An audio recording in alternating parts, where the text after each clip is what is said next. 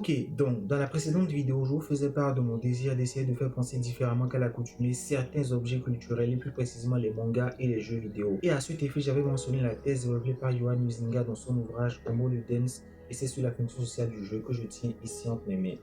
Maintenant, il est temps d'approfondir le fond de ma pensée et pour cela, faisons une petite mise en contexte. Si on y réfléchit bien, le XXe siècle de par ces événements aura été le théâtre de bouleversements majeurs dont les retombées sur nos modes de vie se font toujours sentir et ce, sur tous les domaines. Que ce soit les différentes révolutions politiques après les décisions majeures qui ont été prises au siècle précédent, qui n'ont toujours pas eu de dénouement à l'heure où je vous parle et dont de notre vivant on continue d'en voir les conséquences. Ou les différentes avancées scientifiques avec les inventions qui ont eu lieu, qui nous ont littéralement permis de changer la manière dont on conçoit notre quotidien, ou les découvertes qui nous ont permis de mieux comprendre le monde dans lequel nous vivons, ou à tout hasard les exploits sportifs légendaires qui ont eu un tel impact et un rayonnement si grand que ça ne se fera peut-être plus jamais. Il n'y a rien à dire, le XXe siècle c'est littéralement l'un des plus importants de l'histoire de notre humanité. Il est si important qu'il s'est même permis le luxe de faire naître en son sein de nouveaux véhicules de la pensée artistique.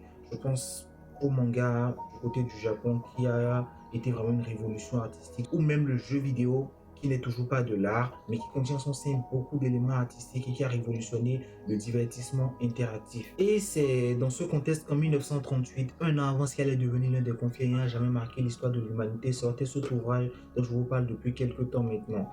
Et ce qui est intéressant avec cet essai, c'est que Yohan Huizinga a voulu montrer de sa plume que du jeu pouvait naître la culture. Et c'est donc tout naturellement que cet ouvrage va regorger d'une multitude d'éléments qui vont nous permettre de mieux comprendre quelle est la nature sociale du jeu et ce que les hommes en perçoivent.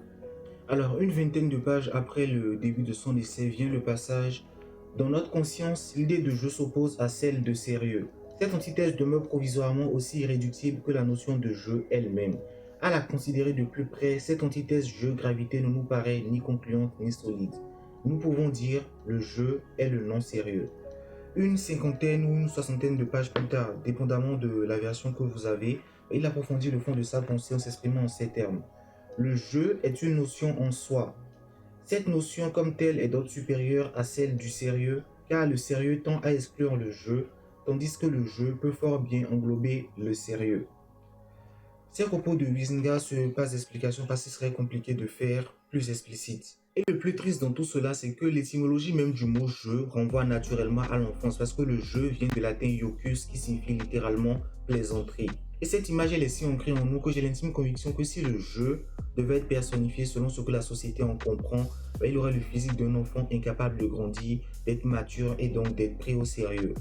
La place du jeu dans une civilisation, c'est toujours voulu être un loisir infantile. Ce sont les enfants qui jouent avec un jeu, ils se distraient avec et rien de plus. Et comme je vous le disais un peu plus tôt, le XXe siècle a permis de pouvoir faire naître de nouveaux véhicules de la pensée artistique et le jeu vidéo en fait partie. Et ce qui va être encore plus fort, c'est à quel point Huizinga peut être précurseur sur l'image sociale qu'aura le jeu vidéo. C'est pour ça que pour moi c'est un auteur qui est intemporel, parce que son ouvrage il sort en 1938. Le premier grand jeu vidéo non grand public, il sort en 1952 et le premier vrai jeu vidéo grand public qui a popularisé le média, on va dire, c'est Pong. Il sort 40 ans après, en 1972. Et ce que j'aime particulièrement avec Huizinga et avec cet ouvrage, c'est qu'il va prendre le jeu, il va venir l'expliquer et il va nous présenter une nouvelle facette de celui-ci, comme une sorte de moyen de développement naturel et d'apprentissage culturel. Et si je peux donner un exemple qu'on a l'habitude de voir dans la vie de tous les jours. C'est un peu comme des enfants qui naturellement pourront apprendre une ou plusieurs langues